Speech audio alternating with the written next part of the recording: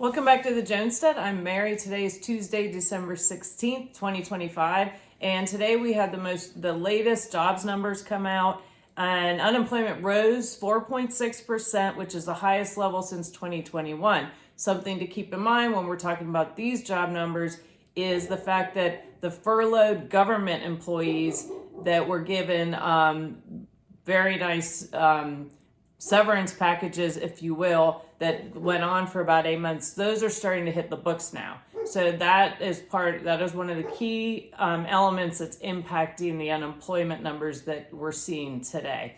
But also, that's just something to keep in mind. But we still have that you're going to be losing that consumer spending power. And it is affecting the economy, but that's what happens when you have a bloated government. We cannot afford to continue with a bloated government. And honestly, from my standpoint, anyone that works for the government, their main goal should be to not have to do that job anymore, because our government is becoming more and more efficient and effective and not as big. So just something to keep in mind, but there's no doubt that we're seeing our economy is going through some significant challenges right now with inflation. We see some things going up at the grocery store, some things going down. But what I saw today is I think the consumer spending is going way down. And I went to Lowe's today to pick something up. And honestly, it was kind of sad, a little depressing to be. They usually, years ago, you go there right before Christmas, and the whole outside, they had wreaths and they had Christmas trees for sale everywhere. And they hardly had anything outside. And this is the Lowe's in Williamsburg, Virginia, just so you're aware of the location.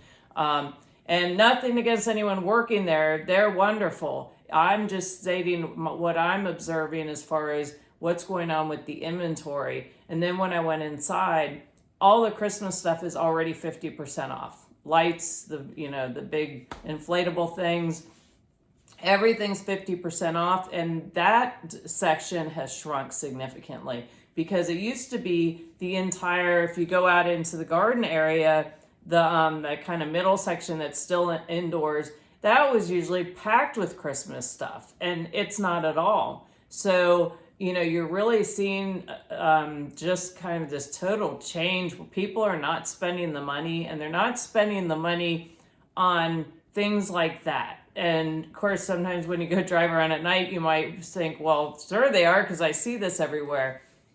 I haven't observed anything quite this stark. We're just a week and a half before Christmas, and they're marking things down, and things are not moving. And actually, when I drove by there on the weekend, the parking lot was pretty empty. And so again, to me, that was pretty alarming to see that, because I'm seeing a time when things should be really bustling, and people are in there buying things and buying gifts and so forth, and buying their Christmas trees, and it just kind of, there really wasn't the inventory there, and people weren't there buying things. I saw a gentleman, and when I was at the checkout, and he happened to have a plunger, but he needed to go pay cash for his plunger, and of course you can only do that at certain checkout stations. And I just jokingly said, I said, "Oh yeah, that pesky cash," and from my standpoint, meaning the stores don't want people using cash anymore. Well, he said to me, well, I've maxed out all my credit cards for Christmas already, so I can't use any of them, so I have to scrape my cash together.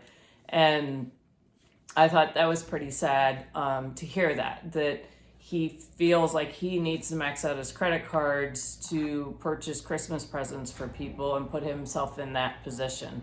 So I'm not judging, been there before where it's been very tight, I understand it, but if there's any way you can think of alternatives as to what types of gifts to give, or maybe not give, maybe give your time to help out, or something like that. And so that kind of got me thinking, with Christmas right around the corner and people aren't out purchasing, it's seemingly they're not just kind of spending money on silly things, and don't buy something that's just going to break, or people would just forget they even got it in the first place. And So I put together a list just of 10 things that for just with preparation in mind, that if you have some last minute things you need to pick up, that maybe these are just some ideas I wanted to put out there. One is seeds. If you save seeds, you can put seeds in envelopes and give those to if you have friends and family that grow their own food or flowers.